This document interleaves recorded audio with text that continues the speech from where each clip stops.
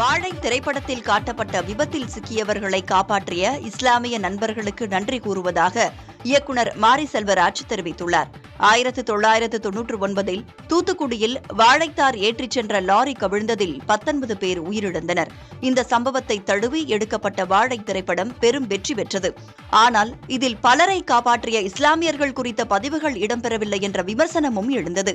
இதனிடையே சென்னை தேனாம்பேட்டையில் நடைபெற்ற வாழை திரைப்படத்தின் 25ஆம் நாள் வெற்றி விழாவில் பேசிய மாரி செல்வராஜ் சாதி மத பேதமின்றி உதவிய மக்களுக்கு நன்றி தெரிவித்தார். எனக்கு அங்கே நடந்த சம்பவம் தெரியாது. நாங்கள் ஓடலை, நாங்கள் குதிக்கலை. ஆனால் இந்த படத்தை பதிவு பண்ணது மூலமாக இஸ்லாமிய தோழர்கள் தான் இந்த மக்களை காப்பாற்றினாங்க. உண்மை வெளியே வந்திருக்குல்ல, அது எனக்கு போதுமானது.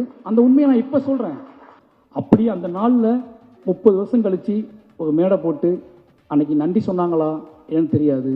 30 வருஷம் கழிச்சு இந்த மேடையில் என் ஊர் மக்களை வச்சுக்கிட்டே சொல்கிறேன். அன்றைக்கு இந்த மக்களை காப்பாற்றிய அத்தனை நண்பர்களுக்கும் நன்றி, அத்தனை இஸ்லாமிய நண்பர்களுக்கும் நன்றி, ஜாதி மதம் இல்லாமல் அத்தனை தமிழ் சமூக மக்களுக்கும் நன்றி. அந்த நன்றியையும் அதை சொல்வதற்காகத்தான் நாங்கள் கிளம்பி வந்தோம். அதை ஒரு படம் பண்ணியிருக்கேன். அந்த படத்தின் வழியாக இந்த படத்தோட வெற்றி தான் உங்களுக்கான நன்றி. மீண்டும் சிறுவர்களை மையப்படுத்தி வாழை திரைப்படத்தின் 2ஆம் பாகம் எடுக்க உள்ளதாகவும் மாரி செல்வராஜ் அறிவித்தார். இந்த நிகழ்ச்சியில் நடிகர்கள் கலையரசன், நிகிலா விமல், திவ்யா துரைசாமி, இசையமைப்பாளர் சந்தோஷ் நாராயணன் உள்ளிட்டோரும் கலந்து கொண்டனர்.